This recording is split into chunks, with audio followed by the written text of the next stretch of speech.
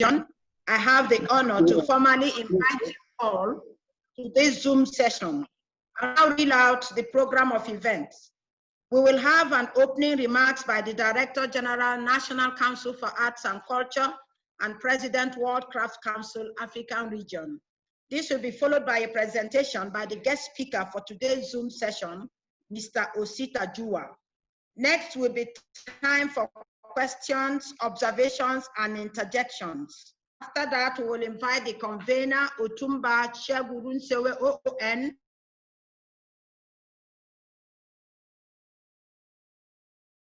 to give us his closing remarks. Please, everyone should mute their devices while the presentation is on, except you are recognized to speak. Secondly, all questions should be short and precise to give room for as many people as possible to ask questions.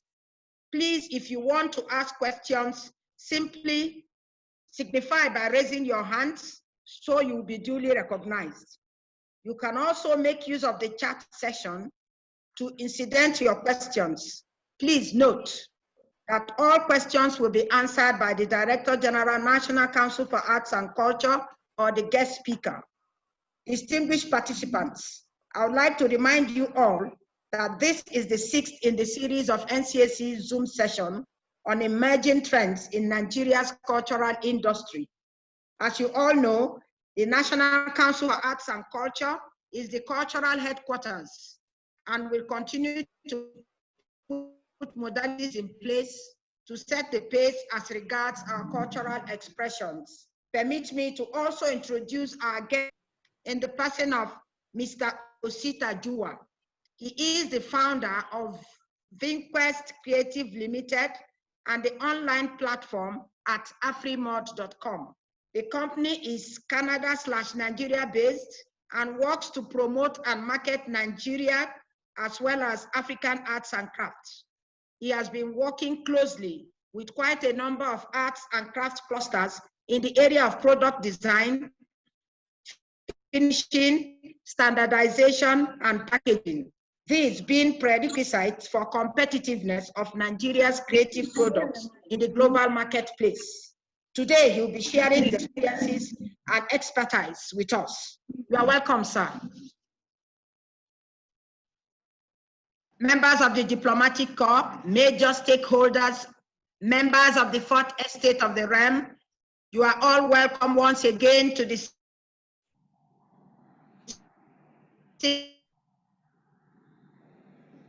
in the series of NCAC Zoom session on emerging trends in Nigeria.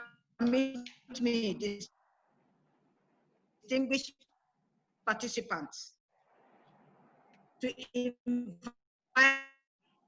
the convener of today's event, Otumba to tell us why we are here. Didi, sir. Didi, sir. Yes, thank you very much, distinguished participants. May I especially welcome you to yet another special session with us on Zoom to discuss this very important sector. May I especially welcome and thank our guest speaker for today, Osita D. Juwah, and all our previous speakers that have contributed to this program. May I also thank our excellencies and all stakeholders for having kept a date and always been with us. For the past 5 weeks, it has been a wonderful online protocol relationship. We have used protocol to communicate from distance and social distancing. Please keep a date with us next week, Saturday. You will tour Nigerian culturally at the comfort of your room or your home. We are going to give you a special product, first of its kind, particularly in the history of Africa, where you can tour all different states at just one location you are seated. And today, I also have the special honor of a young Nigerian star who had come up with a fantastic single, a music single for COVID-19. You're going to listen to it pretty soon. So please I appeal to all our contacts, participants, to enjoy this lovely music. May I once again, I will allow this music to play before I invite our guest speaker. Quickly, let's have the music. Quickly, please. Thank you.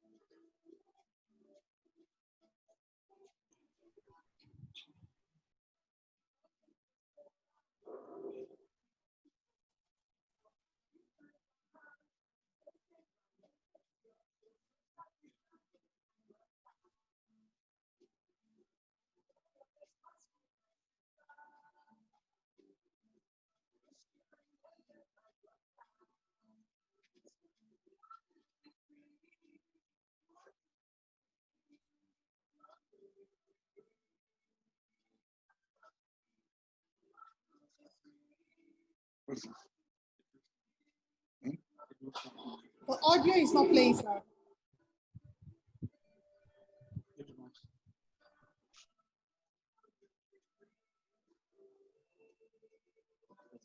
It's not playing. The reason the audio is not playing, if the person playing the music has the headphone plugged on, they need to remove the headphone because Zoom does not work with the headphone. So they have to remove it. When they finish, they can plug the headphone back.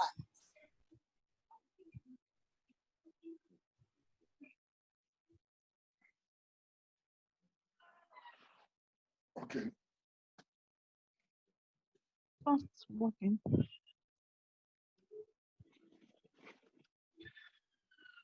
Okay.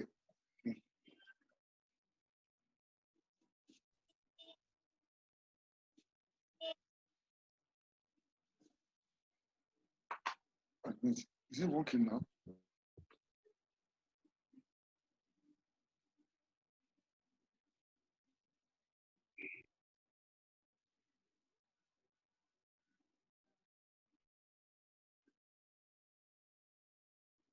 Remove that on the screen.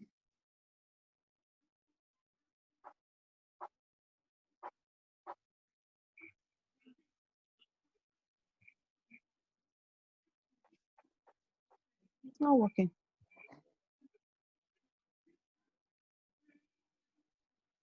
No sound. How many?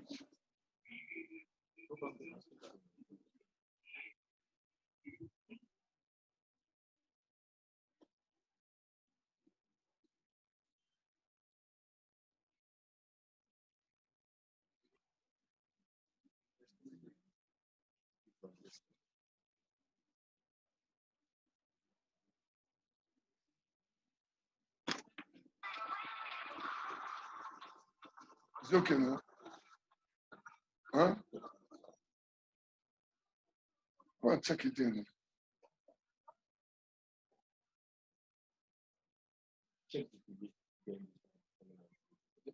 check the delete when it's down. Be on the same timeline on your screen.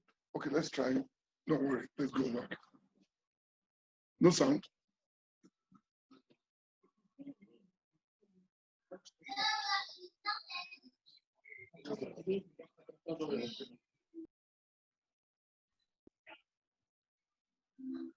No sound. No. It's not sound. Yes.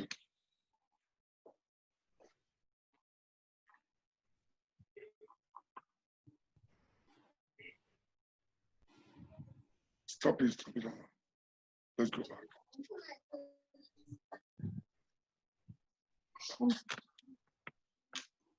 Let's do like this. Distinguished participants. Stop.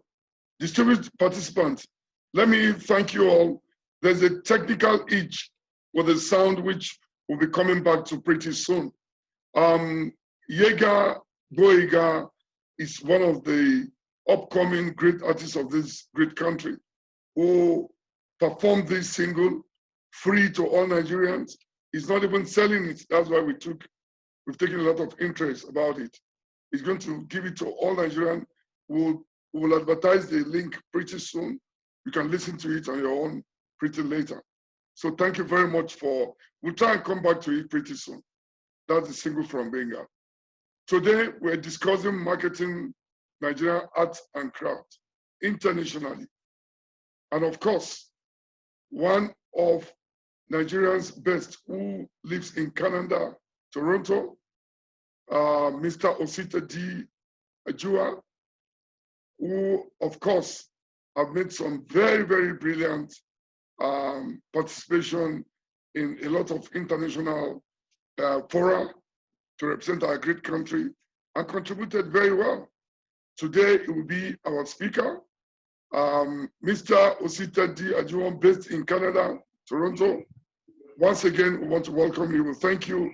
And can I especially invite you to join us to give us your paper. Thank you very much, distinguished ladies and gentlemen. Mr. Osita, the floor is open for you. Thank you. Thank you, Mr. Director General, Your Excellencies, Mr. Sam, ladies and gentlemen. I'm happy to be here and appreciate the opportunity to have this discussion today. We're going to talk about marketing Nigerian arts and crafts or African arts and crafts internationally.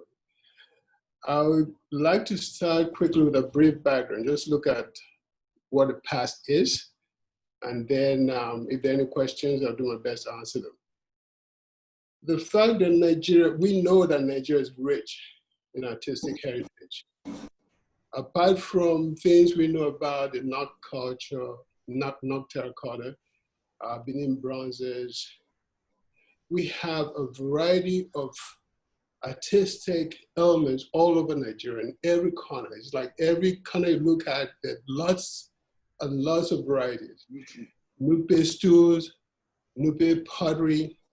In Edo State, we have a lot of wood carving, we have bronze casting, we have full linen blankets, we have basket weaving all over the northern states. We have raffia work in New York. We have masquerades, colors, textures, patterns. It's just phenomenal what we have. So the only thing that bothers me is that the producers of this content don't seem to be benefiting as much as I would have liked to see, because for me, I see that they don't have the sort of access that you have to the market. Because part of the problem is that we don't have a strong domestic market in Nigeria for our own craft. Okay, apart from what people sell at major hotels, either in Abuja or Lagos or whatever, and a few craft markets like in Jabi and so on, they don't really have a venue to sell their products. And unfortunately, Nigeria is not one of those tourist destination countries that have a lot of tourists going through, which gives them opportunities to be able to sell a few things once in a while. So we don't have that, which means that we have to collectively look for a way to get these guys producing, get that sector, that subsector working. To do that, we have to then include the international arena. We cannot depend on domestic market. Okay, so what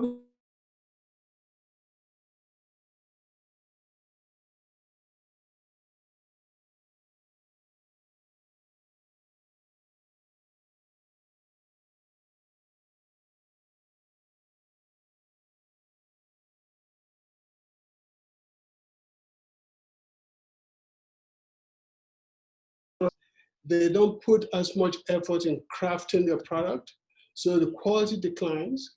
And as the quality declines, we begin to lose those old techniques, the ancient techniques, the ancient art forms that we would not have lost if that was continuing in a more lively manner. So how do we then overcome that? How do we develop a new income generation model that will help these artisans in all corners of the country to continue their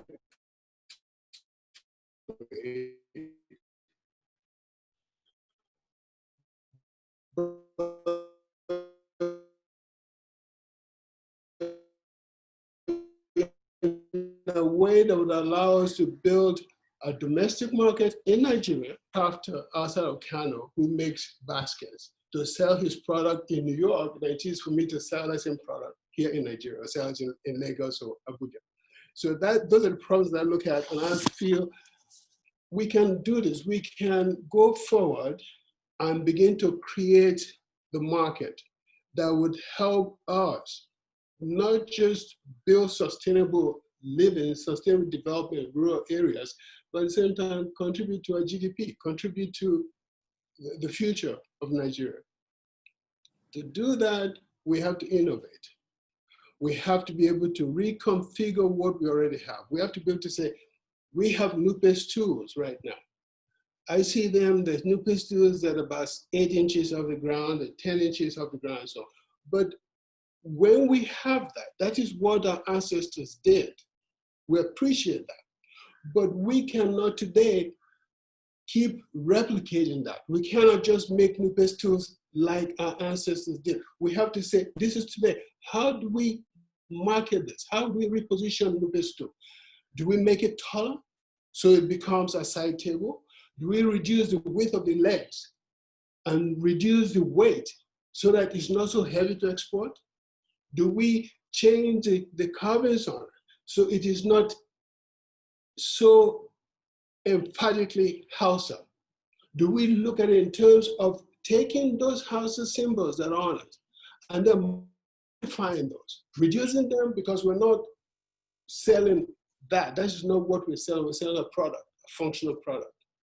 So that's a NUPES tool. But you go from NUPES tools, you go to the hand-woven cloth, you look around Kano, and you see the old hand-woven cloth where the cotton is hand-spun, then it is hand-woven.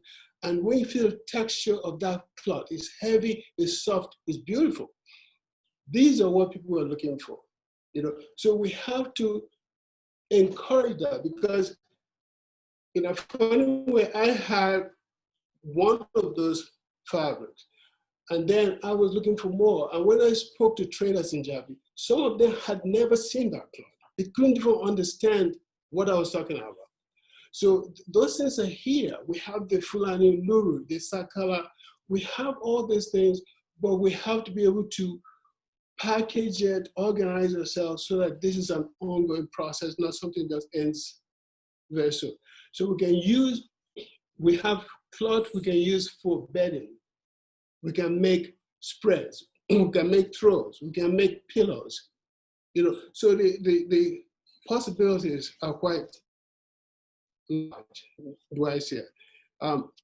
So to standardize, yes, to me is very important, because I see what we do in our villages here as equivalent to what the Italians did in the past, what the French did in the past. When we look at Hermès, okay, we know Hermès started off as crafters.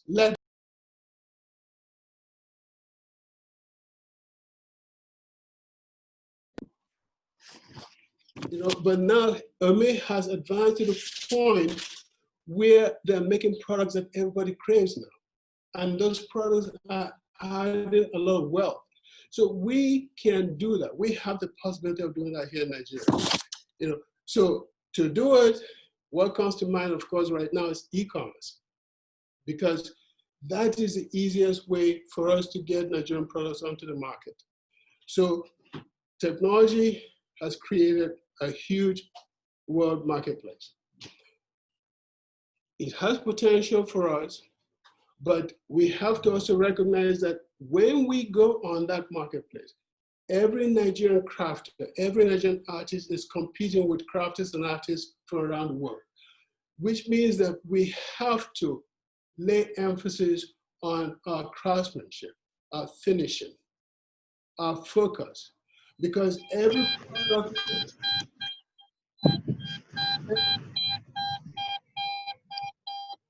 product we bring onto the marketplace has a competing product as well on the web. So to be successful, we have to go that extra mile. We have to make that extra effort. And that's the way I look at it, because studies have shown that in the US, they were projecting 2017, 526 billion in total for the global handicraft market. I'm projecting 984 billion by 2023. So potentially it is there, there's a market. The question is, can we go out there and compete for a portion of that market? Can we be effective? You know, so the obstacles here that I have encountered, the Nile Post is very expensive. It's very expensive to ship things out of Nigeria. I had figures that show me that if I had a product shipped out of Nigeria on Nile Post, I had 2 kilos, give you an example. I had 2 kilos of flat basket sent out on Nile Post. From Ghana, the weight, this was about 2 weeks ago, the weight of that item from Ghana here was 2.5 kilograms. When I shipped that item from Nigeria, from Abuja to the US, the cost is $50, sorry. Okay? Sorry, $77. No, let me go again because I'm getting this mixed up. We had 6 fei, those are the round flat baskets. 6 of those in a package, the weight came to 2.5 kilograms. Okay, to ship that from Abuja to New York, the cost was almost 30,000 naira, which is $77. That's what it cost us. The same weight to New Zealand, the cost was 40,000 naira, $103. All right. But then when you look at African countries, 1 kilogram from Ghana to the US is $35, from Tanzania is $32, but for Nigeria, 1 kilogram is $50. So the cost is higher. So there are products that we cannot export from Nigeria because of the cost. To do that, but then we couldn't give up on that, because what we saw, what we've experienced is that you could take those flat baskets and package them as wall decor. So you put them, it's easy to put on walls when you're in North America or in Europe, because the walls are made of gypsum boards. So it's easy to hang them up. But you can use those on walls and create in beautiful patterns on the wall. So people buy those. So to keep that going, we had to create a system on our website whereby the customer has to buy a minimum of 6. When you buy a minimum of 6, the cost comes to about $168. Of that $168, it would then cost us from Nigeria $77 to send it. All right. So what we've seen is that Nile Post accounts for about 40% of the cost of the products that we're shipping out. All right. So there are changes that I see. Yes, we can do that. Yes, we can get Nigerian products on the market, but we have to be ingenious about it. We have to repurpose items. We have to reimagine them. We have to work. It's almost like what we do. We looked at it and we said, what we need to think about in Africa and Nigeria today, and Africa as a whole, is something we look at and say tribal cultural futurism. We recognize our traditions, our cultures, but we also recognize that this is today, the 21st century. We cannot live in isolation. We have to sell our products to the world.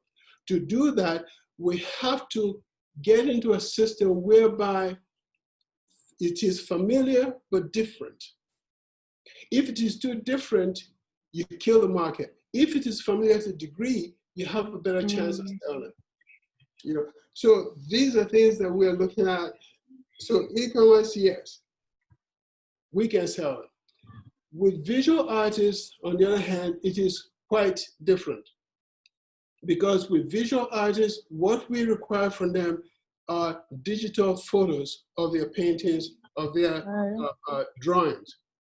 We take those digital photos, we put them on the website as single images. Now with those images, we can create products. We can create throw pillows. We can create shower curtains. We can create fabric. We can create print, art prints. So what we then do is that we get a digital image from the Nigerian artist. He keeps the original painting, which can be sold separately.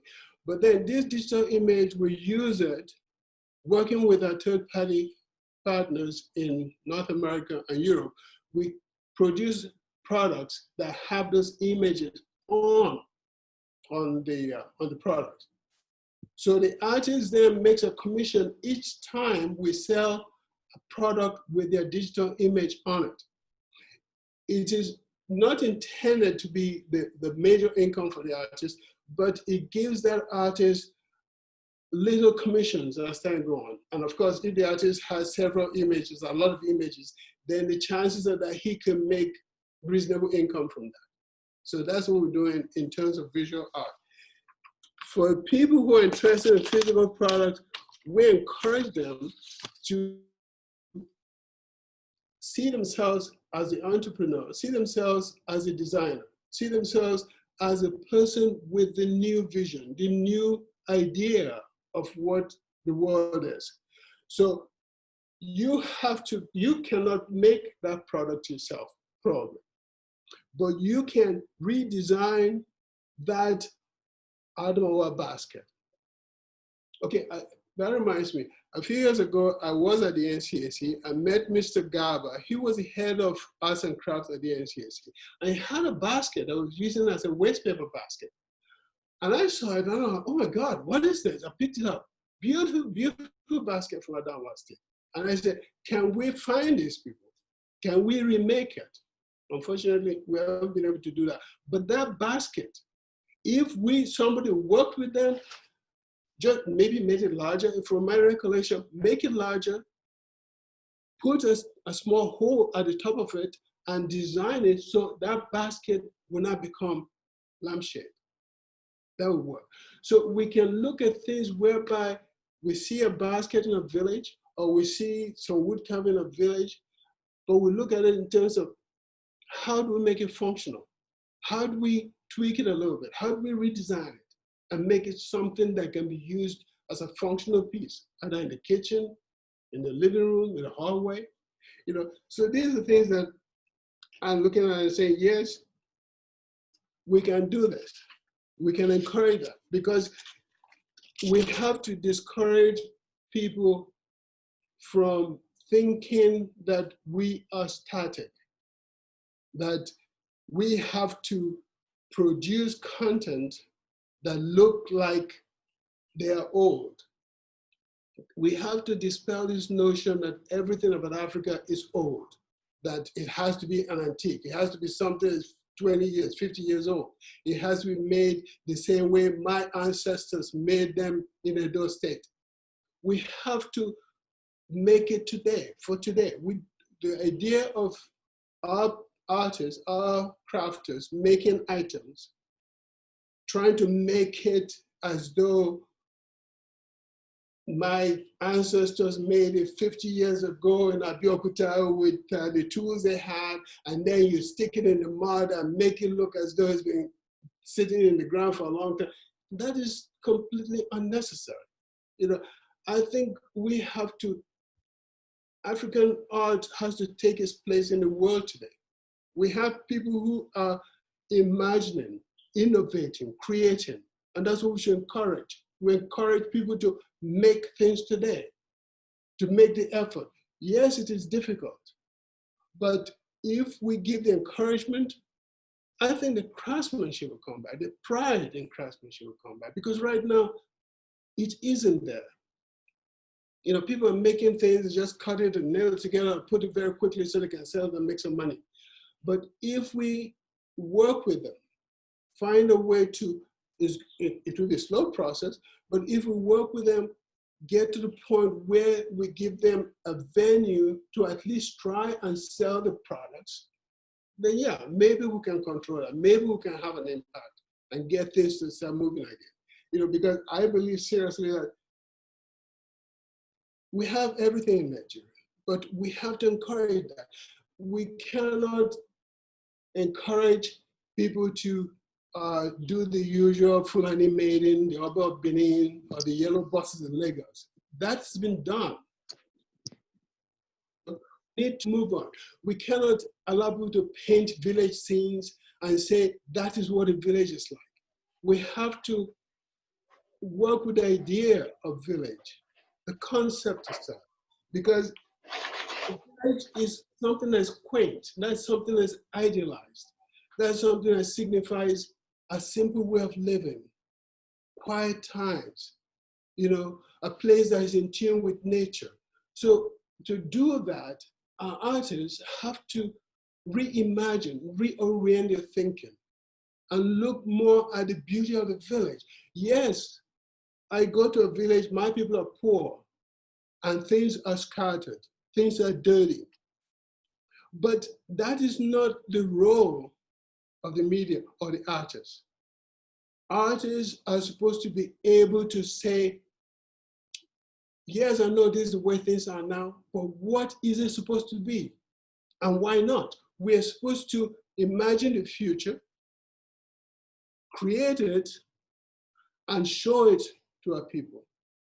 We cannot always be looking back. We should look ahead.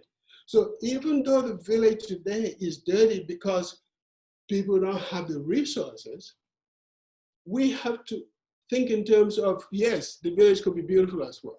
So, you know, all this go to the artists who are creating things. One other thing I find that we should do, we should emulate the music industry. We look at what Nigerians are doing with Afrobeats. Okay, they are innovating with Afrobeats. They're adding different genre to Afrobeats. They're adding rhythm and blues to Afrobeat, adding reggae to Afrobeat, they're adding hip hop to Afrobeat. Because they're doing this, Afrobeat is expanding. Just this October when I was in Toronto, I went into a store and over the system we were playing music and the Afrobeat came on. You know, so if we do the same thing in the arts and crafts subsector, where we're innovating, coming up with ideas and make it a living art form, not an art form that we're always looking back in the mirror, but looking ahead, make it alive, create today, and innovate, change it tomorrow and keep adding to it. Borrow ideas from Fulani, from Biron, Babur, you know, Hausa, Yoruba, Igbo, Akwa Ibom, everywhere we can really make a big difference. And that's what those are things that I am trying to encourage. So is it possible to say Nigerian art? Yes. Okay. We can help a little bit because we already have a platform that if somebody's interested today, they can talk to us today and we probably can get a product on the web within 48 hours. So it's a question of how good is it? Would it sell? We have a server based in the US. We have a payment system already in place that takes PayPal or Stripe. Okay, the payments are done online. The customer uses his credit card to pay online. The money goes in the system, and we can then retrieve the money and pay the artist. Yeah. So these are things that we can do right now. We can get things happening if people are interested in moving that direction. So, like I said, our name, we set up, we're based in Canada. We have Vicus Creative, a Canadian company, and Afrimod is Canadian. But we've come to Nigeria and we have set up a company just last year, Vicus Arts and Crafts Limited. Art and Design, sorry, Vicus Art and Design here in Nigeria, because we want a system whereby we can be fully here in Nigeria and be able to do things as a Nigerian company whenever we're here. So that is already in place. So we've set up a system whereby we can function here effectively, just as we can in Toronto, you know. And our objective right now is to contribute to the advancement of Nigerian arts and crafts, to contribute in marketing the products, contribute in encouraging others to work and make it a living art form, to make it something that's innovative, something that's evolving, you know. And if we do that, I believe that yes, we can be effective globally because the demand is there. There's a trend now in, I know for sure in North America, and also it's in Europe, where interior designers are focusing on handmade products as opposed to machine made. You know, that's a big trend. The only difference is that if you went to Toronto, for example, it's a small market. You go to New York, it's a small market. In San Francisco, it's a small market. But the thing is that all these small markets put together is a huge market. So if we can deal with the logistics, if we can have a marketing program set up, we can reach most of this market, and we can be effective. Yeah. So the question that came to my mind is, what can the government do? I think that the NCAC, what the NCAC is doing right now is part of what the government can do, giving us the opportunity to have discussions like this. And hopefully the NCAC will also be able to get the states of Nigeria, the agencies in the states of Nigeria to know what we're trying to do, because most of the makers of these crowds are in little villages in Katsina, in Borno State, in Adamawa, and so on. So those will have to know about that, you know. And I'm hoping that in the near future, the NCAC will be able to schedule our FAC on a fixed date and a fixed venue, because I believe that that is an opportunity that can be really, really helpful. Because if we have AFAC, this event in one venue all the time, it is easier then for the artists and craft makers to plan in advance to participate. And it's also easier for people in the overall culture and creative community, those industries in Nigeria, to participate.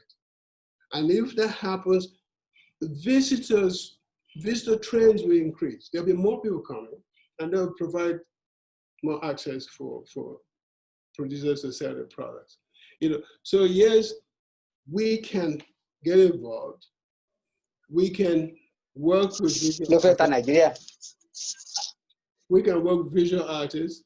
We can work with carvers. We can work with weavers. We can work with anybody who is making products by hand. You know, essentially what's most important is photography. Can you photograph it? Can you present it in a way that's attractive that we can show it to the world and get a response? You know, so if we're doing some of these things, then yes, it is possible. So it's for the entrepreneurs to form, to decide that they want to sell, that they want to sell baskets, or they want to sell textiles, or they want to sell adire, or ishoke, or kwete, or they want to extract uli designs and use uli designing textiles that we can print, because printing has changed. We can print limited quantity textiles that we can then get into the Nigerian fashion industry and end up at Lagos Fashion Week.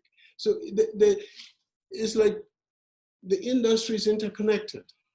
There was a speaker talking about tourism a few weeks ago. Tourism is connected. Music, tourism, the visual arts, the whole thing is connected. You know, so how do we show Nigerian culture? It's not by saying it, it's by actually doing it, by having those events, those dance, those theaters, those videos, the music, the art. If we do these things, we are building that industry. Nollywood is doing fantastic. They've done incredible things in that industry. They're doing incredible things in the music industry. The fashion industry in Nigeria is doing incredibly well. They're taking off. We have to do something in this subsector. We have to find a way to get this to begin to happen, because right now it isn't. It is static. You know, people are wasting a lot of time. If we want to carve calabash like they did in Borno State, we have to say, what was the purpose? Am I going to cut this calabash to make lampshade, or am I just going to take a calabash and carve it? Why would I do that? Why would anybody buy that? If somebody buys it, they're buying raw materials. They're going to cut it, which I know somebody did in Toronto. They're going to cut it and make a new product with it. You know, so to me, it is us. You know, I know somebody who came to Nigeria, went on Onitsha, saw the Udu drum, bought Udu drum, brought it back to Toronto. He loved it. His musical friends joined in it, and they played it. Then next thing I know, somebody is trying to register the name Udu as his property. But this is a Nigerian product that we have not protected. Then people are making copies of the Udu drum today in North America, using different clay fired at different temperatures to change the sound. So is this innovation that we should encourage? We should not just make the Udu drum the way it was made 50 years, 200 years ago. We should make it today with clay fired at different temperature, different shapes to change the sound. You know, so I'm passionate about the arts, and I believe dearly that yes, Nigeria has what it takes. Nigerian artistic community has what it takes. And what is needed is the resources, the information, the encouragement, the opportunity. So I don't expect the government to go out and hand out money to people, but the government needs to create some sort of platform that would, just like what we're trying to do with Afrimon. Afrimon is just a platform that if somebody uses, maybe, but there's hope. Maybe he will sell that basket. Maybe he, instead of making 1,000 naira, he's making 1,500 naira. But that possibility, that is what drives me. That is what I see as a potential in the industry, because that is what we need to do. It's not enough for us to have everybody painting, visual artists all over the place.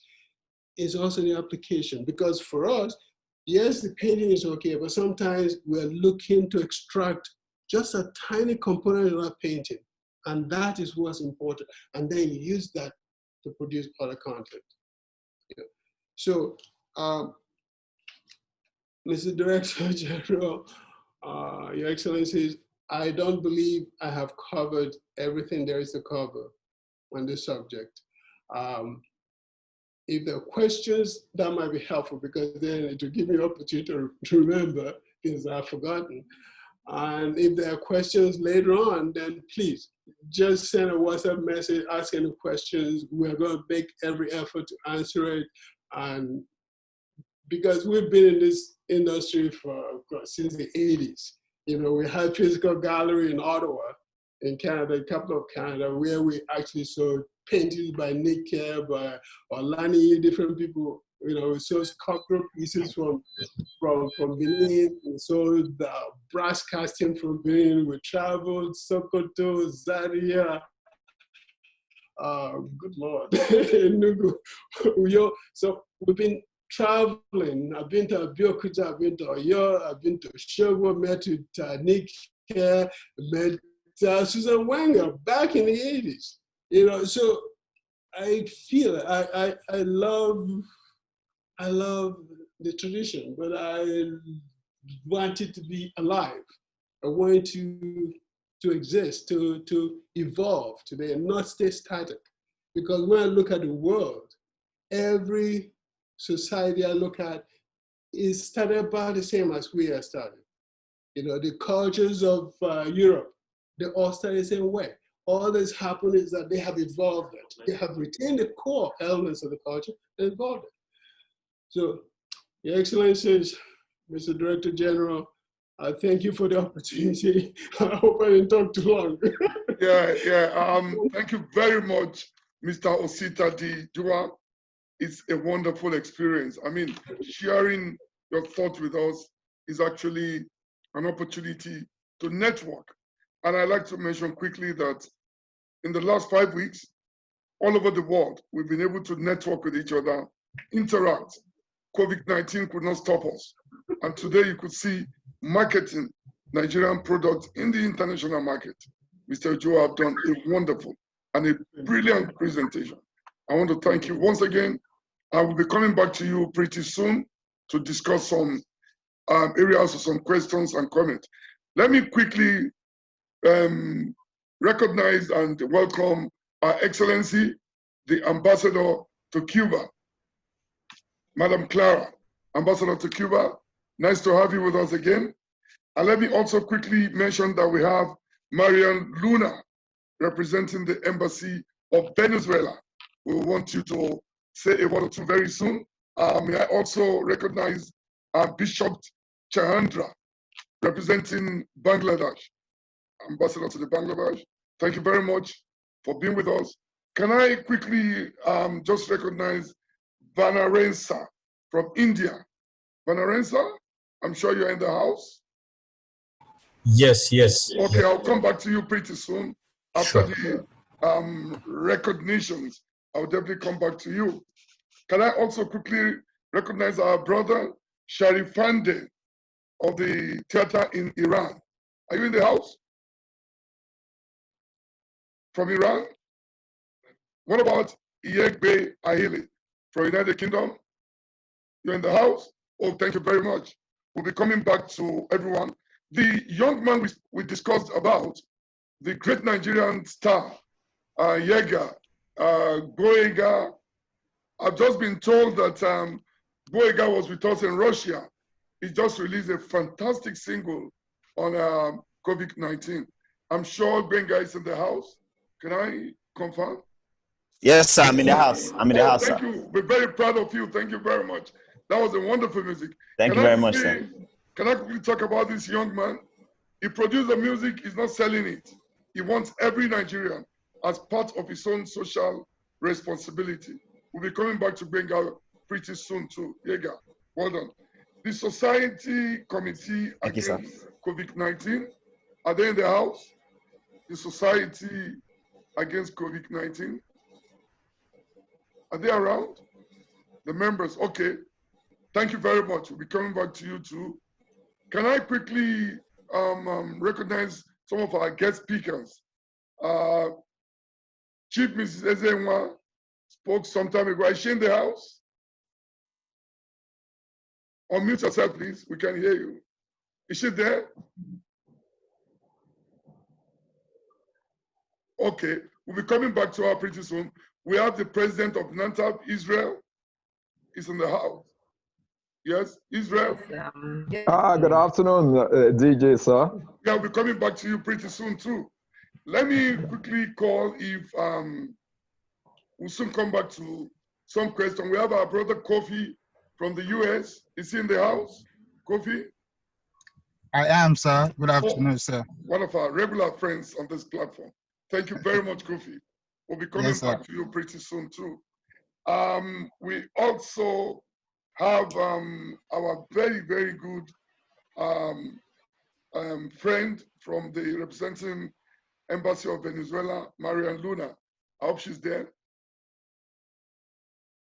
Marian, can we have a word from you, from the Excellency? Can we just a minute, quickly? Go ahead. Go ahead, Marian. Hello. Yes, go ahead. We can hear you. Yeah. Thank you once again for inviting me and having me in this important spot. Now that we have, like I used to call COVID opportunities, and we have learned how to use new technologies like Zoom and all these online platform. As Mr. Osita was explaining, it's really fantastic, and certainly Nigerian has a very wealth and very rich culture, and I feel very proud of this and feel very involved in this, because since 6 years ago when I arrived, the first things I met was going to Mama Africa and get some art and craft from Nigeria, and I still have it in my house. And I feel like we have the same roots in Australia and Nigeria. And share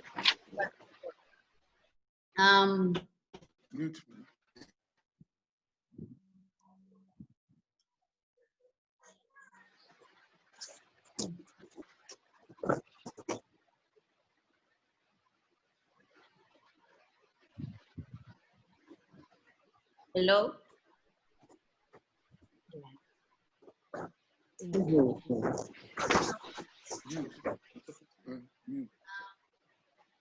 We can hear you now.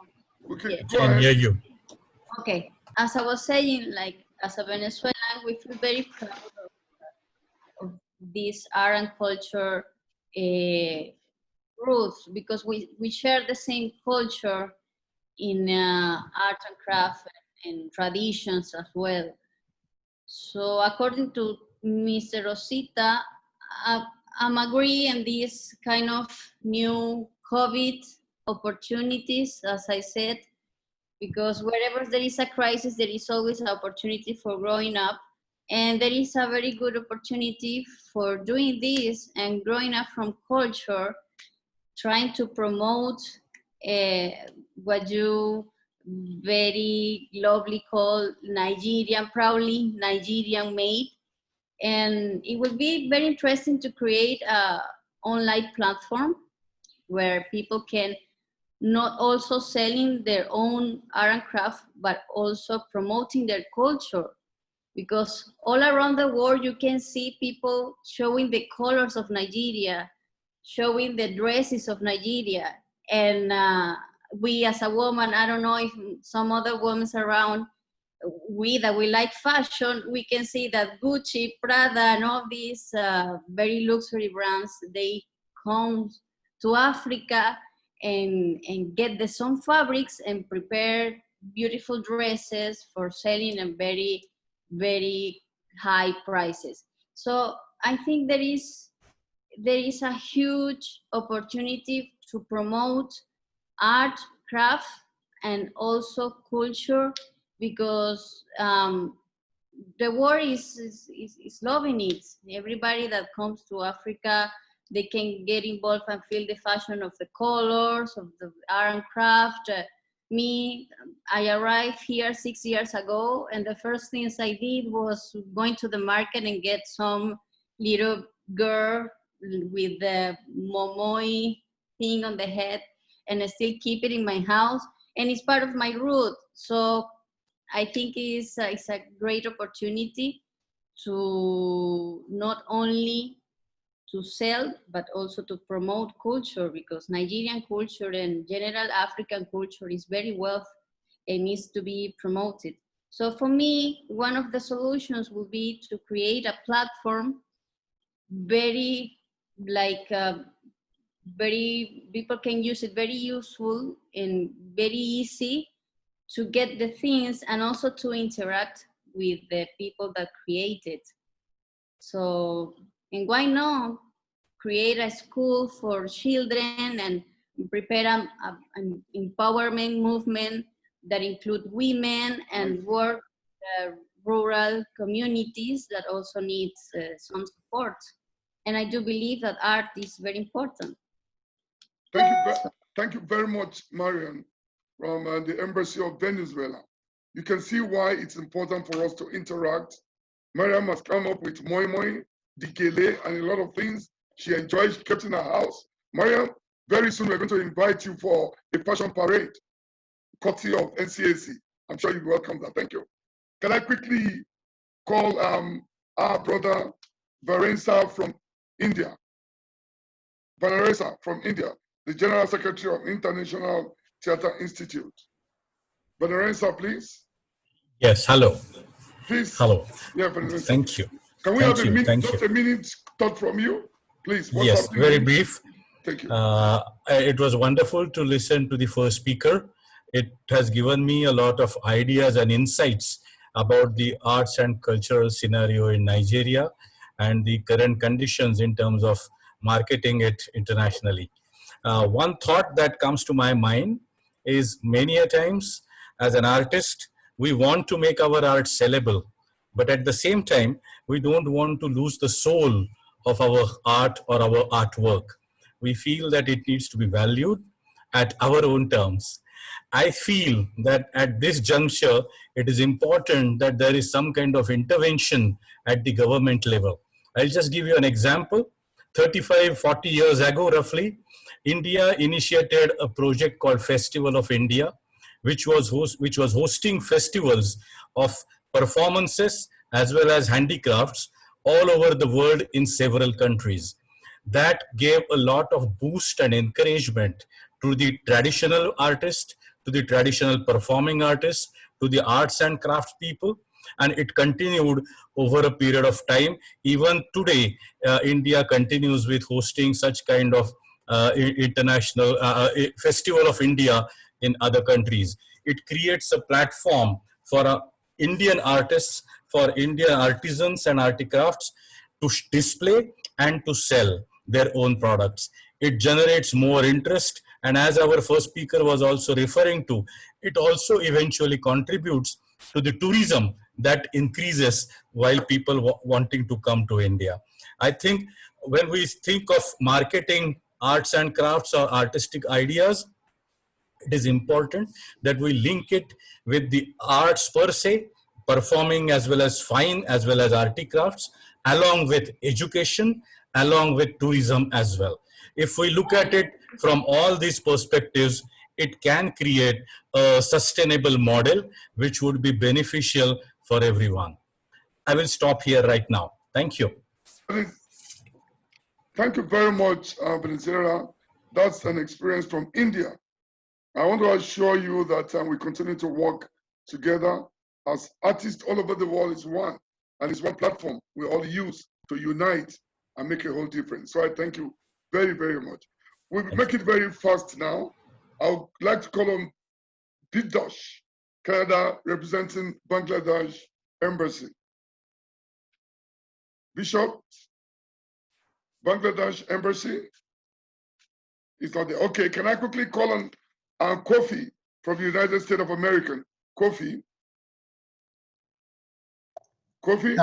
Yeah, sir. Yeah, thank you, DG, and thank you, everyone. I truly appreciate it being here today. Like I said last week or the week before, I've been pretty much enjoying everything that is being put out on this platform. And also, I would like to thank the guest speaker today. He's well-spoken and he has highlighted a lot of stuff, which myself, I understand, being here in North America, I can see that too. I truly appreciate what he has put out. It's true that we can't continue to live in isolation. So in other words, for us to promote, because there's tons of money to be made in the things that our ancestors has left us, which is culture, craft, and all that. So we just have to develop it. I would like to stop here. Thank you, everyone. Thanks. Thank you very much, Kofi, for sharing your thoughts with us. I'm sure you have had the opportunity, like every other person, to network with all the people that have been with us. May I quickly ask if Her Excellency, the Ambassador to Cuba, is she there? Ambassador to Cuba. Clara? Okay, she maybe network. Can I call on Uwa Hussein?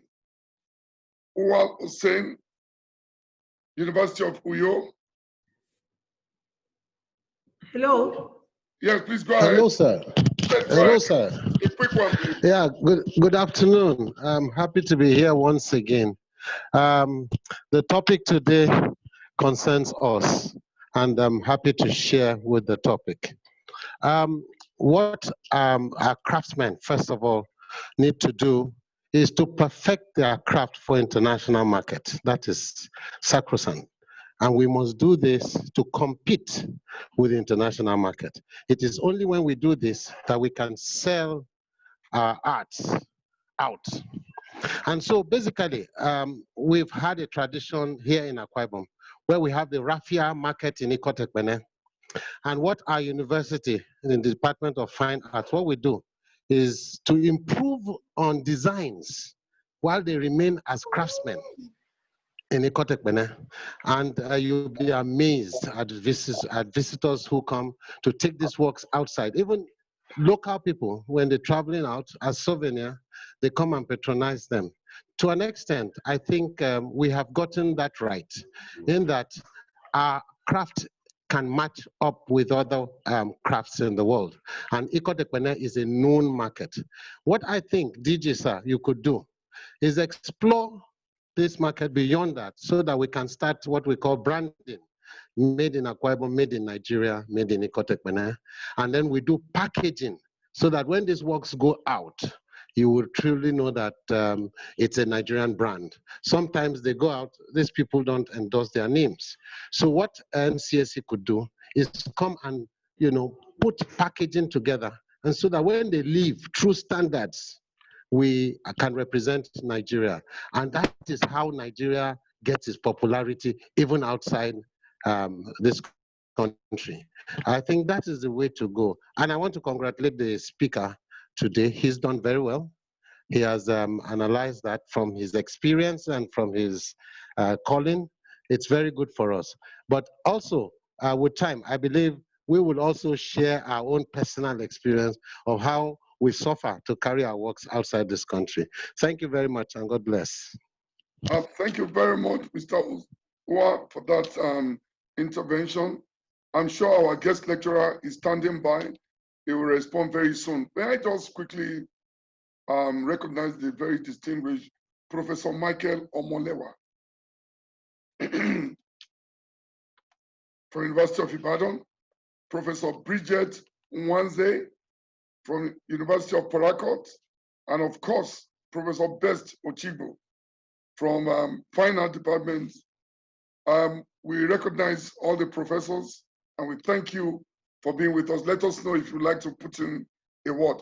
I also like to specially recognize Engineer Kayode Adeyemi. I sometimes mention he was a good footballer those days. Is he in the house with us? Engineer Kayode Adeyemi. Thank you very much, DG. I'm very much in the house and enjoying the atmosphere. Okay. I'm sure some people would like to see your face to know how a footballer. Oh, Engineer Kayode, you are still looking as young as you were playing those days. Nice to be with you. Oh, I'm sure you're an artist now too. Thank you very much. May I quickly recognize Hassan Aliu? Hassan Aliu? Yes, thank you, DG. Thank you very much for coming. Thank you very much, Mr. Juwah. You really highlighted a lot of the opportunities that abound with selling Nigerian crafts and indeed Nigerian art abroad. And thank you very much, Mr. Vanarais from India, I think it was, for also stating very clearly that our art has to be true to our soul. We can't sell ourselves out. Okay, in terms of the crafts, there is opportunities to market it abroad. There is the sort of administrative bottlenecks with taking any sort of craft objects, especially if they look like antiquity out of Nigeria. It must go through the National Museum. As a matter of fact, I've had the problem during a recent exhibition I had in bringing Nigerian artwork from Lagos to London to include in a very, very interesting exhibition entitled Legacies of Biafra. Now, the artist's role, beyond just selling and making money from their work, also includes the factor in instigating social change. That is the power of the arts. And therefrom, there can be income and resources financially derived. So we don't just look, we as artists don't just look at our art as just commodities for selling. We want to make statements, social statements. We want to respond to critical events, events that are ongoing at this present point in time, triggered by the events in America as a result of the killing of a Black person. triggered by the isolation, the lockdown during COVID. We as artists have a sense of social responsibility. Galleries have a sense of, and in fact, a responsibility to earn monies for the artists. But the artist's purpose and the artist's venture must not be sort of reduced to only being a financial one alone. There's so much more we can do socially to inform on the present prevailing circumstance that relegates Black people, Africans in general, Nigerians specifically in my context, to give a higher profile and higher regard and recognition. Well, of course, yes, definitely there's opportunities to sell art through e-commerce, and also perhaps there's a role that the Nigerian Tourist Board may have in selling Nigeria, because we're at a crucial point here now where everybody, this COVID lockdown has brought a notion of universality of the experience across the whole world. And there's such a new concept as e-tourism, which can then be sort of a basis upon which we can sort of project through very aggressive and pointed marketing strategies driven by both the NCAC as well as the Nigerian Tourist Board to sort of highlight the finery of Nigeria. Thank you. Thank you very much, Aliu. I'm sure our guest lecturer is taking note of some few interventions that we need to make pretty soon. I'd like to quickly call on, while Israel Ebo is standing by to come in next, let me call Chief Mrs. Ezenwa for just a minute intervention, please. Chief Mrs. Ezenwa. Thank you, DG, once again for inviting me to this very intellectual and fruitful exercise. I'm particularly grateful because the topic of today has to do with marketing these our crafts internationally. Well, I think Juwah is right and Juwah is wrong, because I am also part and parcel of Canada. And I know that NCAC has done a lot and is still doing to promote our arts and culture even beyond the shores of this country. I know all the efforts the DG made during the World Cup to take some of our products out.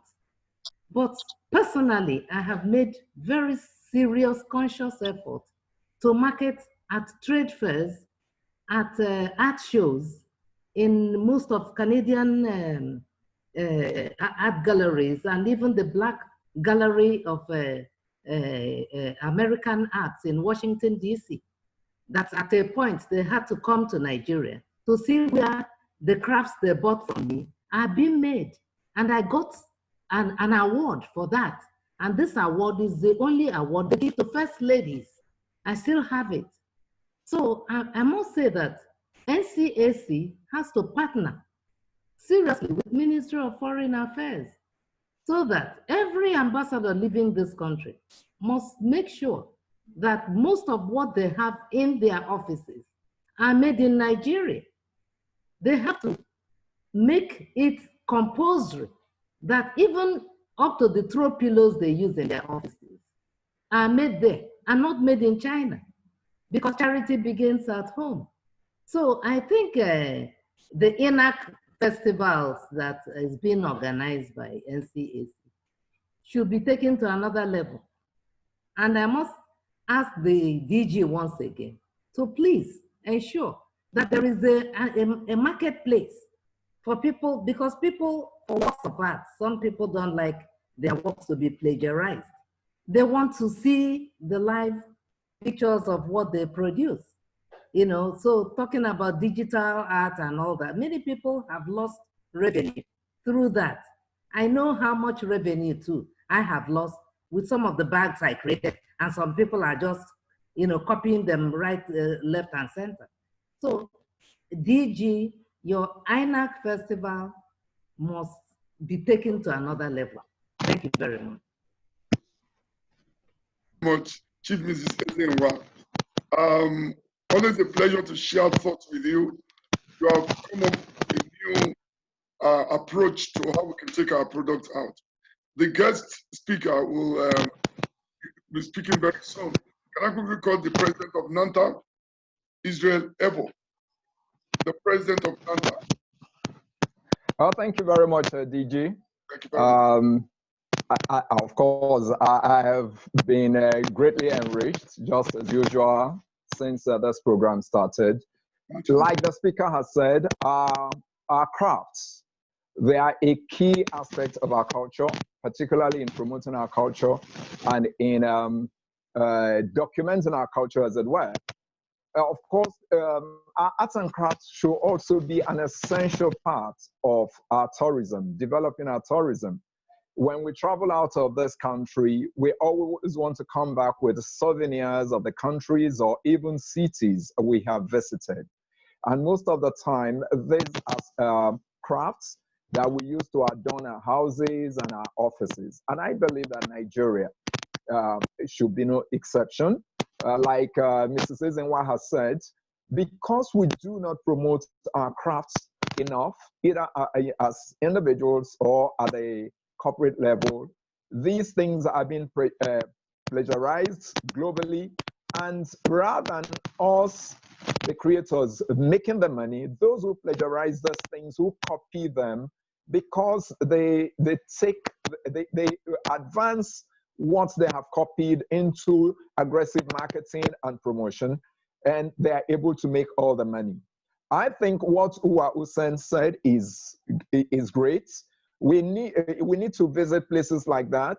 We need to begin to stamp our arts, our crafts with our identity, either the state identity, the tribal identity, where it is uniquely identified, or the country. People should be able to say, this is uniquely Nigerian. We go out at times and we bring out things and written on it is made in California, which makes it distinct that when you get to California, you're going to see such things.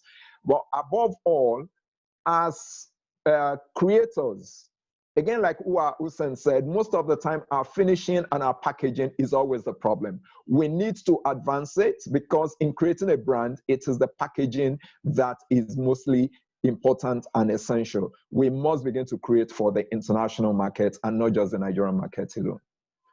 Thank you very much, the president of NANTA, Mr. Israel Ebon. One thing I found out in the last 5 weeks is that the NCAC platform have created an international network platform where we have interacted. I've heard that so many businesses are ongoing now. So very soon we should be asking for some commission or percentage, but we don't need it. What we need is to make Nigeria and the international world and everywhere connected, which we're very happy it is happening. Our guest lecturer, please be on standby. I'll be calling you pretty soon. Do I have Mr. Kenneth Kanu in the house? The Society Committee Against COVID-19. Are they there? Mr. Kenneth Kanu, the Society. Can you unmute? Yes, I've done that. Good afternoon, DG and honorable members of the House. Please, before you go further, let me thank you for that face mask you are putting on. Proudly NCAC. Thank you. That's good. Go ahead. Very much. Thank you. I want to thank you, Mr. DG, for the very good work you are doing. Indeed, I happen to be the national president of the National Association of Cottage Industrialists of Nigeria sometime in 1999, 2000, 2001, 2005. And one of the things that is very prime when we are talking about made in Nigerian products is access to market, and then someone just talks about quality. It is very essential we begin to deal with the issue of quality, not leaving it essentially to the art and craft producers. We need to have common facilities. We've always been advocating for it.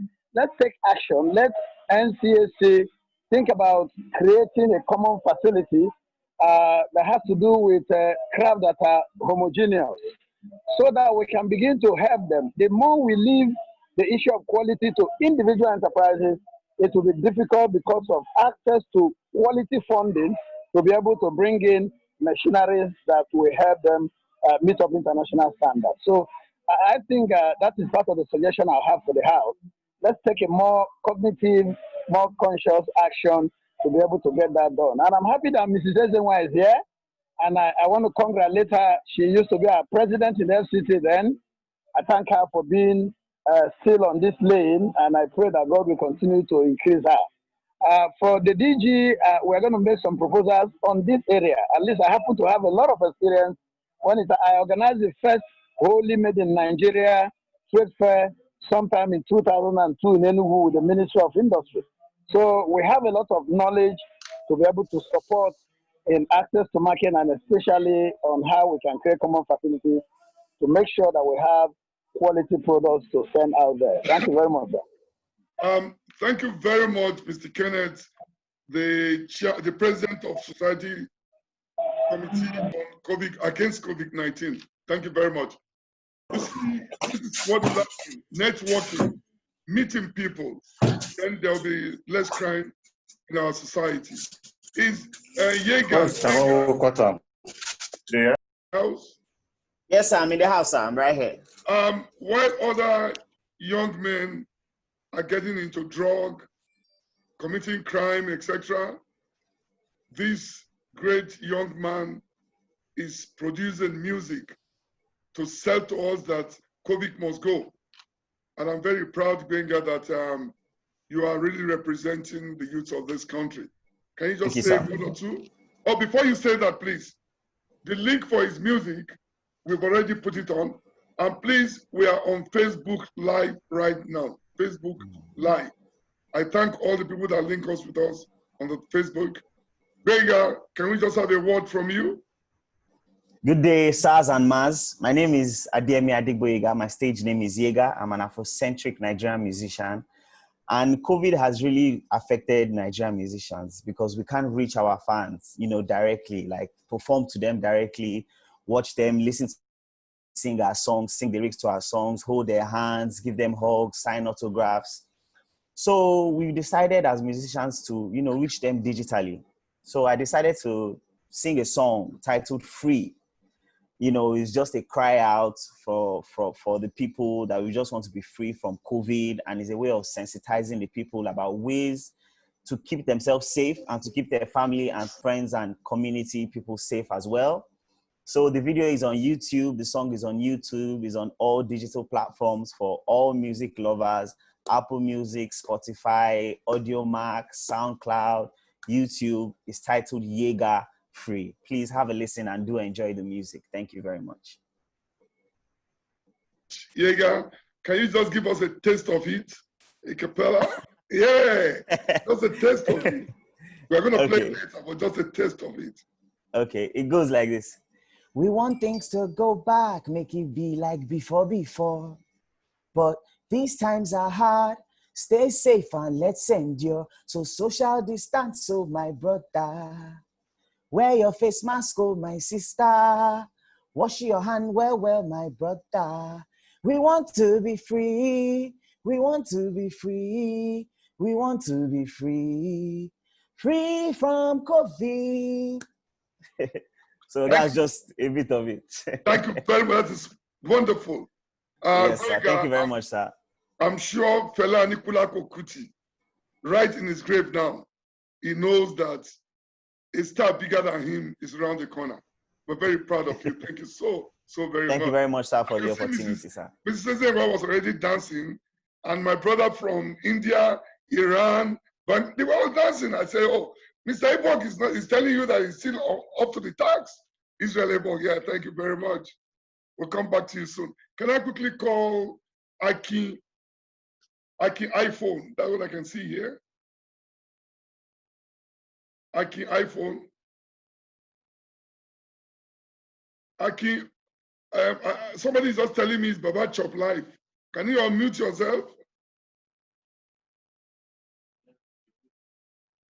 Unmute him. Unmute, we can't hear you. Unmute yourself, we can't hear you. We can't hear you. Please, your microphone. Hello? Yeah, we can hear you now. We can hear you now. Okay, thank you. Yes, I said earlier that I'm very grateful to be part of this meeting. I must thank you because I know you are an achiever. You will always do what others can't do. You will not run away from anything. Let me quickly just ask. Just heard. The Chinese are now making ashoke, and at even industrial scale, and it is very, is a very big challenge to our local producers of ashoke and these materials. Please, I want you to intervene and start a campaign against this, because it will put our makers out of work to do anything. They perfected the designs of their scale. Please, this is an opportunity for you to do that. They will start exporting, and will be our people will be at they will be the losers at the end of the day. Then I want you to also encourage the establishment of an art and craft village in just like you have computer villages in some parts of the country, in some of the states of the Federation. So we can do that in the states or on zonal basis, so that people can patronize and get Nigeria craft, handicrafts there. And we should also encourage our people to buy made in Nigerian crafts. They should, when they go to Ghana, there is a Makola market in Ghana where they all patronize. We have, equivalent high product in Nigeria. We can do that. When we went to Tanzania, we stopped in between Ngorongoro and Arusha, about half the distance. We bought things there, and it was a remote area, and we were so shocked to buy, to see all these things there. So we can as well do the same thing in Nigeria. So we should encourage our local appreciation. Our people should appreciate what we have, so that the market, the local market first, before we can start exporting. That is just the same thing you try to do in tourism, where you encourage people to spend their holidays in Nigeria. I don't know whether that one has been reversed now. So that when Nigeria, when we do it locally, then foreigners who come here and see it in our homes, we buy it to their various places. Thank you very much. Thank you, Mr. Kionipede. That was a fantastic and brilliant intervention. I want to assure you, the Chinese will not take over Ashoke from us. I would also like to tell you that at a time, they wanted to take over jollof rice from us. We refused. There was a competition. Nigerian came first, second, third. Then the fourth position went to Ghana. So we are still the owner of jollof rice, of course. So Ashoke is ours. Now, quickly, you can see what I've been saying. I just received a message just now that 2 countries are asking Yega that they want Yega to sing a song in their language. So I think Yega should be getting ready to go and sing in other parts of the world. They so love the music, and they said to me they were dancing all over from then. So Yega, keep up the good job. People are very proud of you. They will communicate to you later. Thank you very much, sir. Thank you for the opportunity. My pleasure, Yega. Yes, sir. Quickly, can I have Mercy George? Quickly, Mercy George.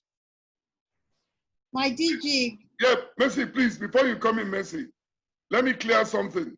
Our guest speaker, all the comments today are not questions. They are just interjections. But the few ones, I will give you time to respond in a few minutes. So Mercy Johnson, over to you. Mercy George. My DG, sir, thank you so much. I want to first say that this session has been very enlightening. It's been very, from my mommy there, Mrs. Zenwa, and from you organizing this facilitation.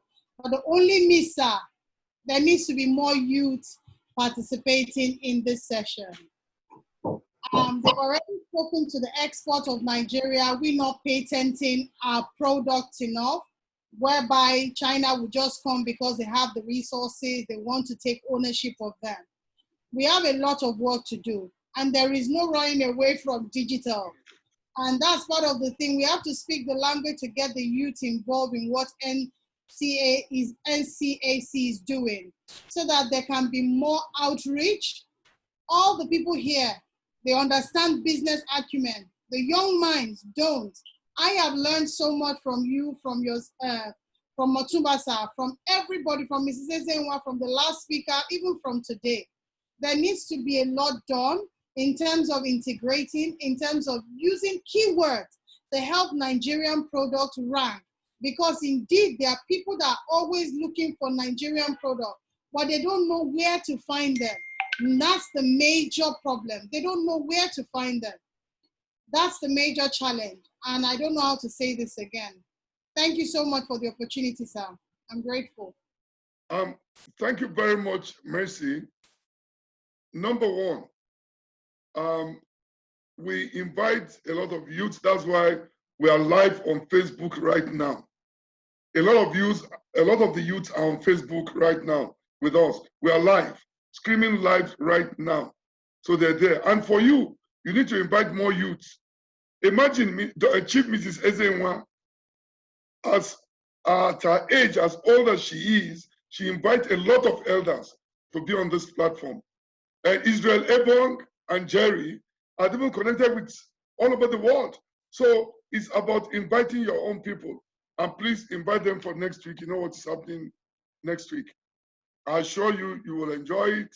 And the youth, with Boyega in the house now, the youth have nowhere to go again. They must come and enjoy the best of Yege music. Quickly, can I call the guest lecturer just for a minute or two before I move further? The guest lecturer, please. Mr. Osita. Do you have any one or two things to comment? Yes, thanks, Mr. Director General. Yeah. I agree with the speaker, I think he's in London, who said that people in the creative community are the agents of change. Yeah. That is absolutely true, I agree with that. However, I would caution that no matter what we do, we're going to be copied. Marketing is a question of speed to market. You know, if you look back to the 80s, Kenya had Kiondo. What happened to Kiondo? You look at Cameroon, Bamileke Stew, Juju hats. What have they done with it? People in China will copy because that's the opportunity. If we hang on too tightly to our art, we won't go very far with it. Digital imaging, the digital world is a reality and we have to go with it. If that's important. What we are talking about is marketing the work of the artist. We want to give him the room, the space to do what he does best, be an artist and create. Leave the marketing to other people who will take care of it. So I don't think we should worry too much about copying because yes, it will happen, no matter what we do. People will copy you. It's a question of how quickly you're able to package your products, get it to market, brand it, then nobody can copy it because then it's attached to you.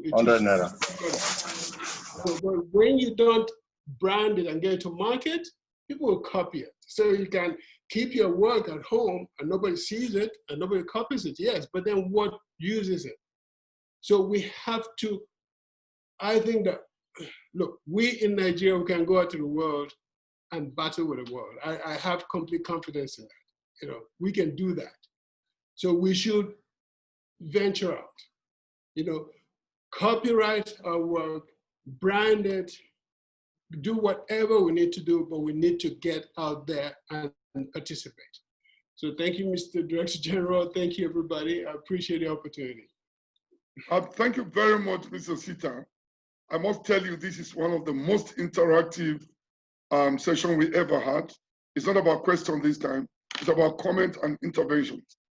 I want to thank everyone for this networking platform for us to interact among ourselves. Can I quickly call Indi Grabra? Am I right?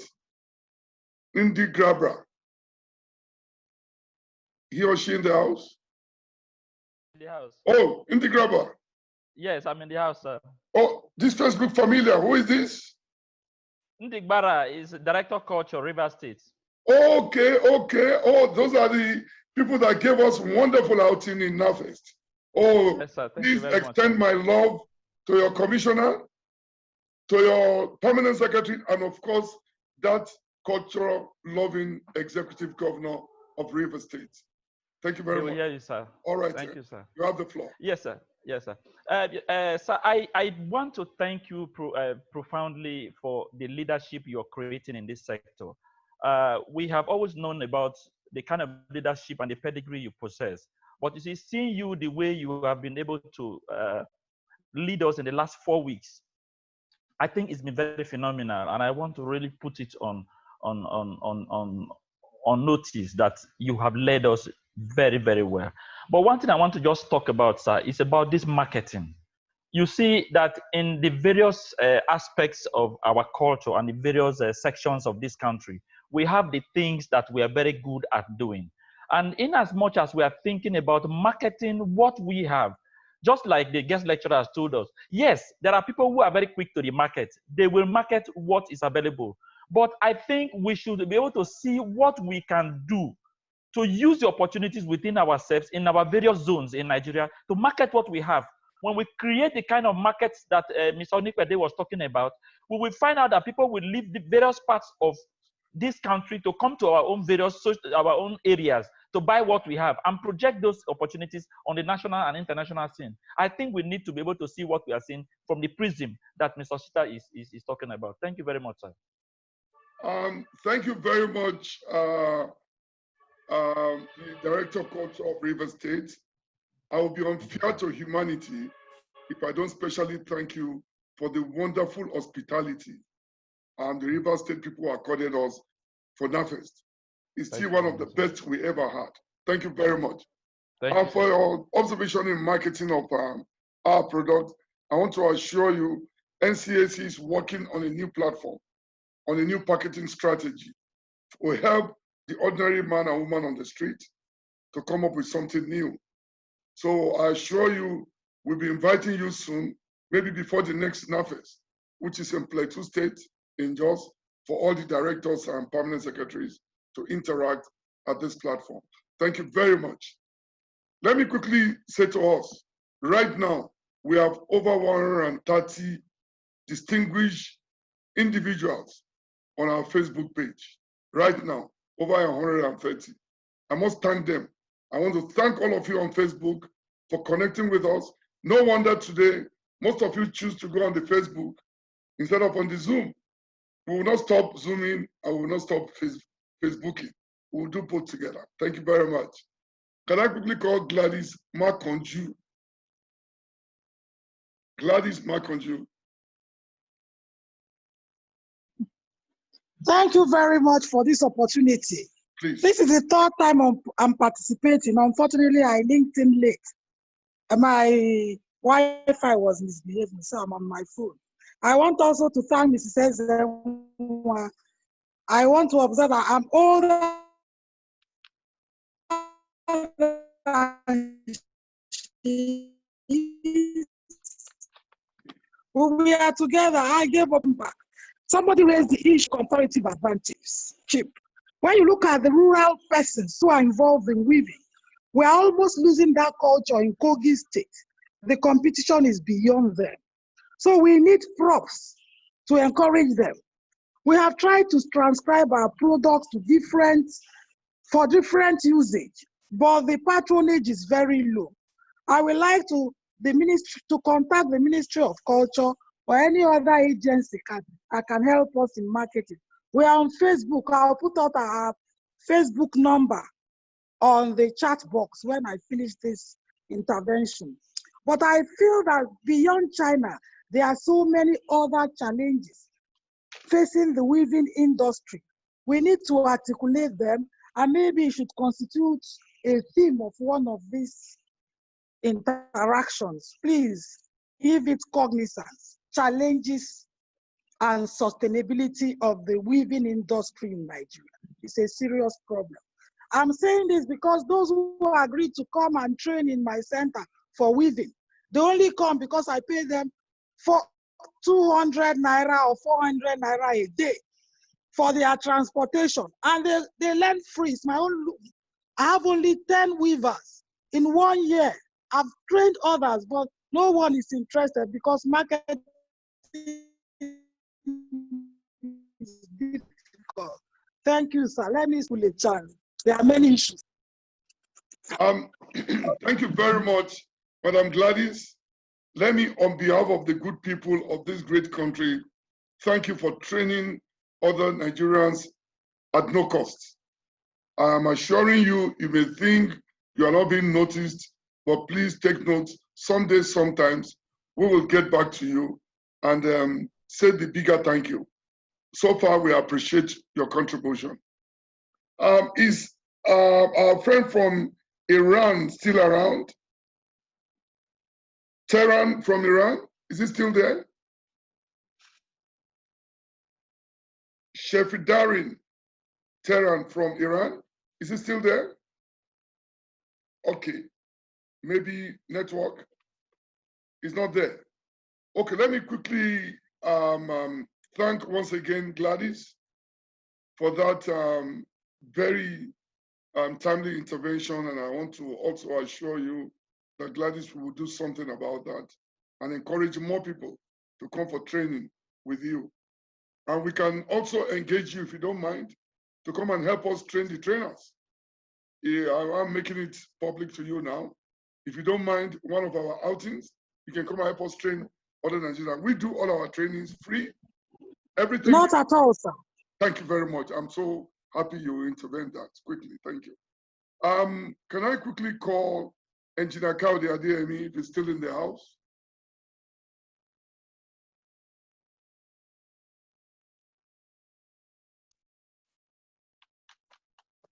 Engineer Kaudi Adeyemi, or maybe he's not online now. Can I call Hassan Aliu again?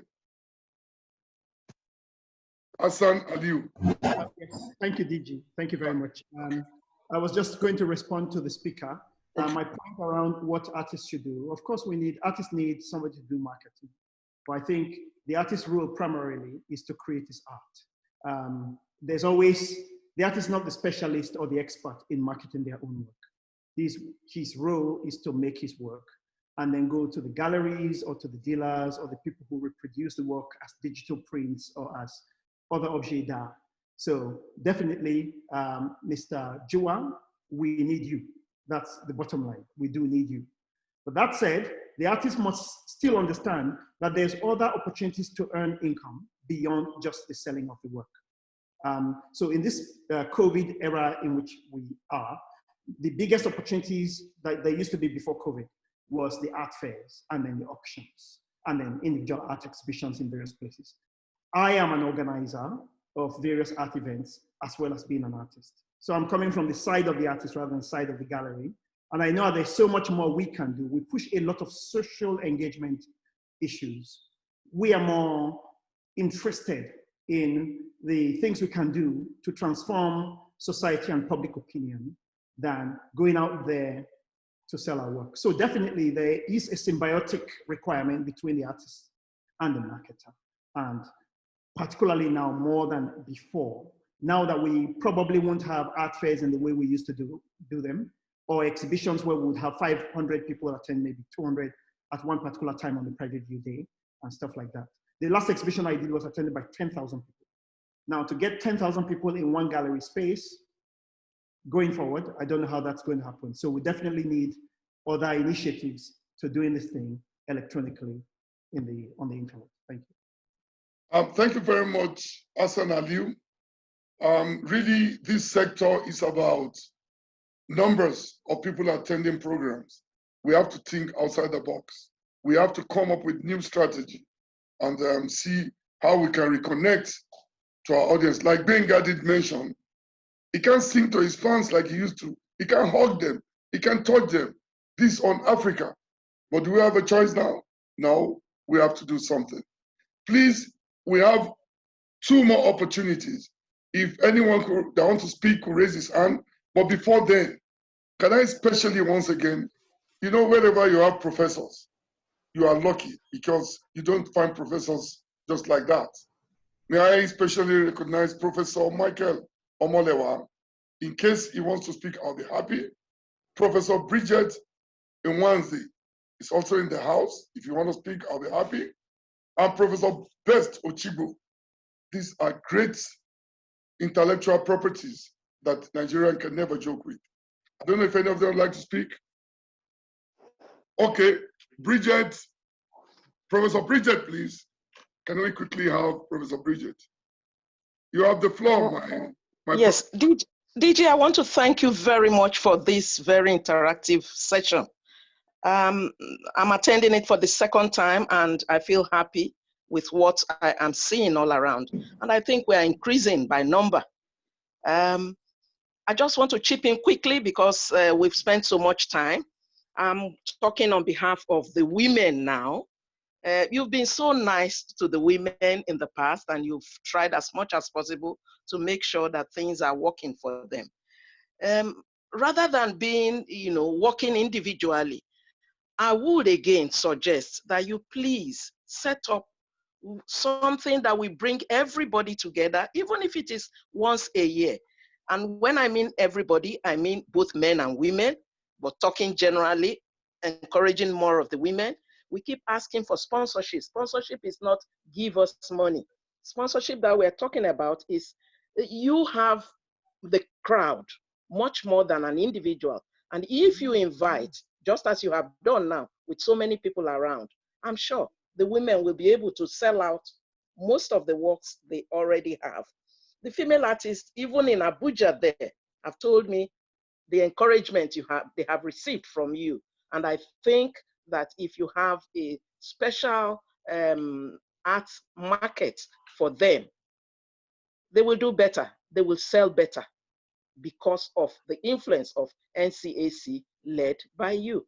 Thank you so much so far. Osita, thank you very much for bringing us out again to talk about our culture. Thank you, sir. Thank you very much, Professor Nwanze. I want to thank you, but before I allow the next speaker, let me tell Prof something. Prof said, I'm always good to women. It is true, because my mother is a woman, and my sister is a girl. And of course, my lovely wife is a woman. And one day, somebody once asked Chief MK Abiola, do you like women?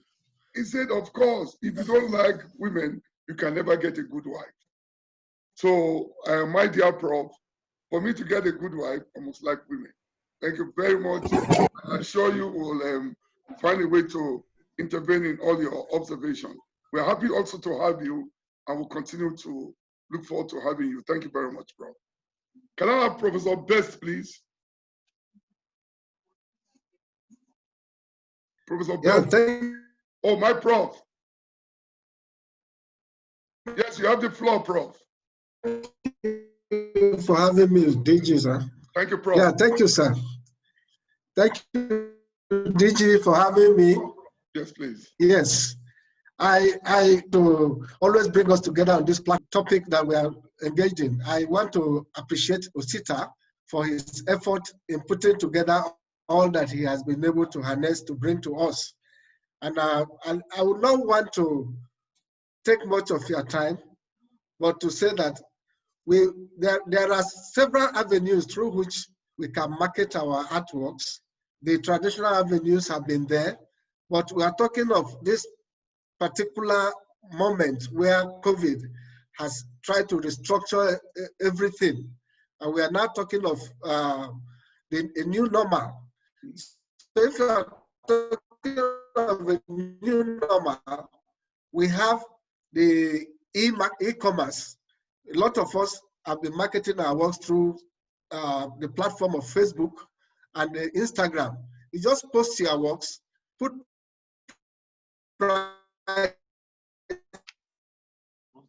there are art organizations now that artworks online.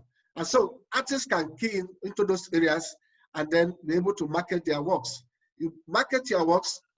during this COVID, as a lecturer, when we are not paid, I'm telling you, I was not hampered in any way because I was making my money online. And so we harness what is available to us, and that is the online marketing. And then we'll be able to make ends meet. So I want to appreciate all that you are doing for us, and especially Osita. He has opened the pathway for us to look at art in a more broader sense, because I feel that most of the things that have been discussed thus far have been on craft, to the negation of the fine arts. And well, I thank God people like Hassan Ali who came to fill in the space, the gap for the fine arts. We need to look at the fact that the pure fine art exists while the craft exists. And I want to suggest that indigenous crafts should be left the way they are for people to come, so that we can have more avenues where interested buyers can come and have variety to choose from, not to harness from Fulani to the Doma art, to harness Akwa Ibom and make them into one art. I will not. I don't think I conform to that idea, but I want to believe that if the indigenous arts are left to develop, that the continuity of the practices will. That is all I want to contribute. Thank you very much, sir. Thank you very much. Sir. Thank you very much, Professor Best. You can see what is going on here today. Before I make my next comment, can I ask if Professor Ochigbo is in the house? Professor Ochigbo. Yes, sir.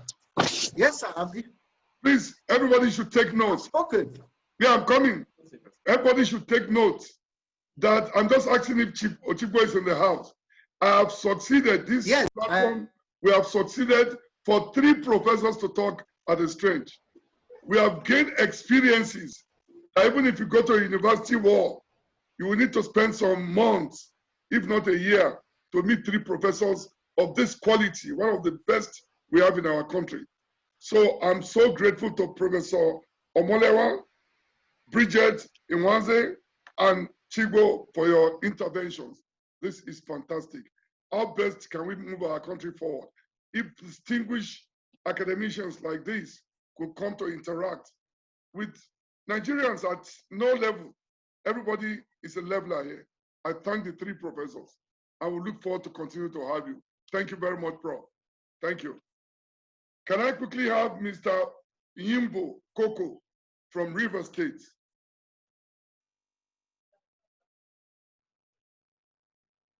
Is he in the house? Oh, yes, I am. Fantastic. Nice to have you. You have the floor, please. All right, good day, sir. That's the DG River State Tourism Development Agency. Thank you. Go ahead. Yeah, Otumba, it's amazing what you've been doing. This is my 2nd time joining, although I joined in late. So in terms of our craft, you know, one of the major challenges that we have is our ability to be very proactive with marketing ourselves, especially when we don't key into younger people that have the capacity to engage with technology. Across 36 states, and let me use River State as an example, across 23 local government areas and over 20 ethnic nationalities with all of the arts that we have. What have we done to even letting the people know internally that beyond what we as craftsmen will want to create, how viable can we grow wealth with that? It's very key. Beyond the fact that I'm an artist, I love to be an artist. Are we making money? What are the strategies put in place for us to grow wealth from our art form? And post-COVID, right now, we're saying that, I know that you were in charge of NAFES and all of those things. Now, sir, do we have content even cleaned up that while we're here within the COVID-19 era, you have things that have been pushed across internationally to showcase our rich and vibrant cultural heritage and the viability of our things financially for people to even begin to know what we have. So you see that we do things individually than collaboratively. And now that we're working for government, so to speak, so even when I say things, I say with all sincerity of purpose, that the younger ones that understand how things work digitally, we don't even engage them within our space. Our children, even the current artists that are very good with digital-based information. So we see that we always rotate our informations amongst our age grades. And because of that, we're limited with pushing all that we have. So I am just saying that one of the major things that we can do to create awareness with what we have and what we're going to is, while waiting to create anything in the post-COVID, what do we have that we have created before that we can syndicate to create an awareness for our art internationally? Be it dance, be it visual, like the prof, any one that we have existing. Can we have a collage of those things, put them together, and syndicate them internationally for people to begin to say, okay, this is what we're advocating. All over the world today, Prof, you know that the creative space, talking about the green and blue economy, is where everybody wants to go to beyond oil and gas. What are we doing about that? What is our physical, in terms of the budget itself, for they're adjusting the budget, how does it affect the art generally? Do they understand beyond what you're doing here, sir? Do they even understand that the creative space, that what we have, as rich as we are, it's not just for jokes, because we basically deal with only politics. We try as much as possible, to play ACP game, and then the creative space that has all the potentials to grow wealth. They don't even understand it. They don't. And we're still looking in the dark until they do understand it, until we constructively make them understand that there's wealth in all of these things, and that we begin to aggregate all that we have over the years. Then we can begin to go further. If not, we still go around and talk, and then those that are so amazing with their art forms and don't have a place to put things out. Now you see that individually they do well, but collectively, the support beyond what you're doing here now, but collectively, we don't have anything that is very strong that we push that message across. That's all I have to say. Thank you very much, Coco. I know you as a proactive person. I'm never expect anything less. The Rivers State governor must have seen that quality to have bring you in to champion the tourism aspect of that great state. I want to assure you that this agency, we are working on a document. We are prepared for the next level of pro-COVID-19. We are assuring you today that Nigeria will come out of COVID-19 better than anybody ever expected, because the document is ready. You remember, my message is always, oil is good, but culture and tourism is better, because oil is exhaustible, but culture and tourism is inexhaustible. And I want to assure you that this sector is the secret remaining for Africa that's yet untapped. With the few interjections you've made, and with what we're working on, Nigeria will come out of this with golden colors that the world will be asking what happened, and others have to join. So I assure you, this will come pretty soon. While we are trying to round up pretty soon, can I call Obinaya as our last question for today? Oh, yes. You know, Obinaya, before you come in, yes, you know, there's a proverb in Africa that you cannot shave the head of a man in his absence. So whatever I want to shape your head with this evening, you are right here. You have the floor, please. Thank you very much, sir. Can you hear me, sir? Oh, very well. Okay, DG, well done. My people say a traveler is wiser than a gray-haired man. And I thank our speaker today because he has shown exposure. Having an exhibition with over 10,000 persons in attendance, bravo, excellent. And it's exciting to hear you talk from River State. It's someone I have great respect for. He has worked with Patrick Otoro, one of my great respected leaders. Sir, if you're not careful, like I will always say, they'll carry you and pass your father's compound. What makes the he-goat smell is inside him. We have our incense inside us. You don't have to wait for the Chinese to come and swallow us up. I was in Ghana sometime in 2012, 13. As at 2012, the Chinese had already taken over the kente cloth. They brought it down to 2,000 naira worth. Now, in the digital age, you're not going to be able to stop it because one small boy or girl will snap a kente cloth or a shoke and put it on his Instagram page, and they'll simply just cut it and just take it, and then they will start selling. Now, DG, the role you need to play is take this vision, all the ideas we've shared, to the ministry and by extension the Federal Executive Council. What are we doing? We closed the border at some point, and then COVID also led to us closing the airspace and the land space. Now, how do we work with immigration and the customs to ensure that things that have been pirated do not come in here?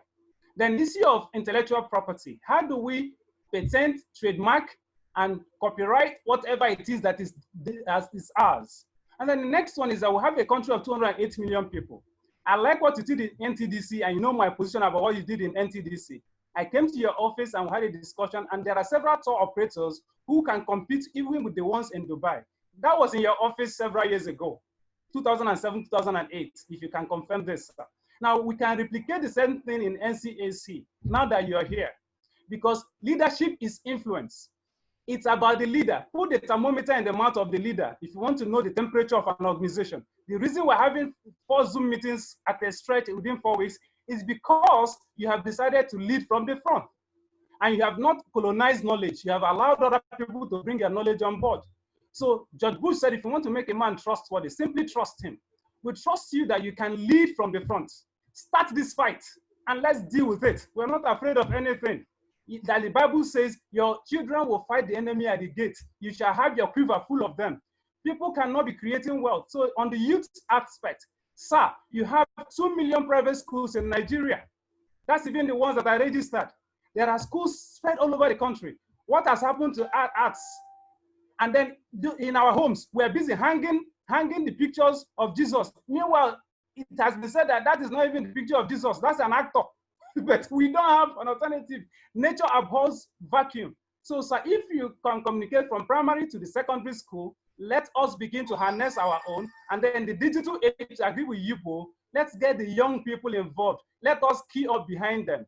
I salute you.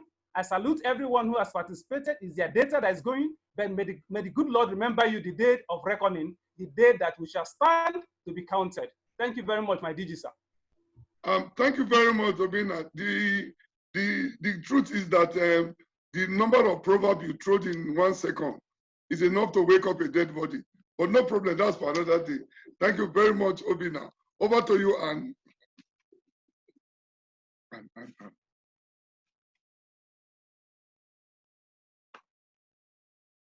Organized by the National Council for Arts and Culture on marketing Nigerian arts and crafts internationally. I'm happy that from the discussions, we can truly say that our arts and crafts and put food on the tables of millions of Nigerians. My DG will always say our arts and crafts is Nigeria's new oil. Culture is the secret for Africa, which is yet to be tapped. And with the new normal, we all need to think out of the box. Please permit me on this note to invite the Director General, National Council for Arts and Culture, and the President, World Craft Council, African Region, Otumba Shegun Runsewe OON, to give us his closing remarks. The DG, sir. Thank you very much, Anne. I want to specially thank our excellencies, ambassadors, high commissioners. In fact, today, especially again, our international stakeholders from India, from Iran, from Bangladesh, from Venezuela, and other countries, Cuba, for being part of this interactive session. We've been able to speak with each other in respect of the COVID-19 from all distance of the world. I want to thank you all specially. And also our professors who gave us free lectures without paying any dime. I want to thank them. I want to thank all the participants. I was just quick being reminded that Mr. Alex from NICO was with us. I want to also thank you. I want to thank Boyega, our great upcoming influencer of Nigerian youth. I want to thank all our friends, particularly my friend Venezuela from India, who has, from the beginning to now, is been with us. I want to thank you all specially. Please, Alex Omije from NICO has been with us. I want to thank everyone for sharing this moment with us with thoughts and appreciation. Distinguished participants, ladies and gentlemen, they say anything that is good must always have an end. Please, let us see COVID-19 as rain that is falling. Rain don't fall forever, just for a short while. That is why they say, a man who is inside the river cannot be complaining to be wet because rain is falling. Let's all of us accept and agree that COVID-19 is a rain of a short while, and we have to continue our life after COVID-19. On this note, ladies and gentlemen, may I especially once again thank our guest speaker today, Osita, Juwah, for a brilliant presentation. We thank you and we assure you that we'll continue to interact even beyond this time on anything we need to do. Bridget Yerima, the acting DG for NICO, I didn't know, I couldn't see her face, but she's there. I want to thank her for joining us. And distinguished ladies and gentlemen, may I just quickly say, Osita, no, start from the beginning. Go back to that line. Go back to that line. May I just say, Osita, thank you very much. Marian, Luna, thank you very much. Israel, Abel, thank you so much. Hassan Aliu, wonderful. James Obion, Dr. Ajara. The gentleman I've called you severally, Baman from Bangladesh Embassy, I called you more than 3 times. Thank you very much. Our own chief, Ms. Ezenwa, wonderful. Chinwe Ayamu, thank you. And nice to have you. Rinda Boyega, the new face of Nigerian Afro music. I see you. I will always appreciate my good friend, Vani Reza from India. Always a pleasure being with you. Mercy George, nice to have you too. Mohammed Suleiman, my friend Coco, nice to have you. Chief Kanayo Oko, nice to have you. David Lobet, sorry. I did, oh, okay, Mrs. Poempu. Thank you very much. I can go on and on. Somebody say his name is Nigeria. No. You can't be Nigerian alone. I'm looking at the gentleman put his own platform is Nigeria. Please. Obion, we need to give that man a proverb to know that Nigeria is all of us, not only him. Dr. Adewale, Engineer Kaode Adeyemi, Kainde Akinyete. Am I correct? Nice to have you. Next platform. Please, we can go on and on. We have over 100 people on the platform. Let me just say, Jerry, I'm seeing Jerry quickly now. Our professors. Oh, I can see Mrs. Yerima. Were you hiding your face, Madam Naiko? We could see you now. No, I've been having problems with the video. Oh, with the video, okay, no problem, no problem. We're happy to have you. Yes. Very happy. Glad to be there. Nice to have you, Tolu Ayeni. And this lady has become like River Niger, Joyce Ibrahim. Staff, very good. We could see her there too. Stella Maris Onu, all of you. Oh, I'm just seeing Her Excellency, the ambassador to Cuba, Madam Clara. I'm seeing you. Oh, nice to have you with us here. Thank you very much. Distinguished ladies and gentlemen, we can go on and on. Andrew J. I could see so many names. I want to thank you all. You've shown us love. We are saying the boy cap. I could see all of you. Thank you very much. So on this note, let's see COVID-19 as a rain that is falling and is passing. After the rain finishes falling, then we start a new life. After COVID-19, everything will return beautiful. Distinguished ladies and gentlemen, can you join me by saying goodbye to all of you? Please, next week is special. Next week is wonderful. Be with us so that all of you can be. Bye. Bye-bye. Bye. Bye. Bye. Thank you. Bye. Thank you very much. Bye. Thank you. Bye.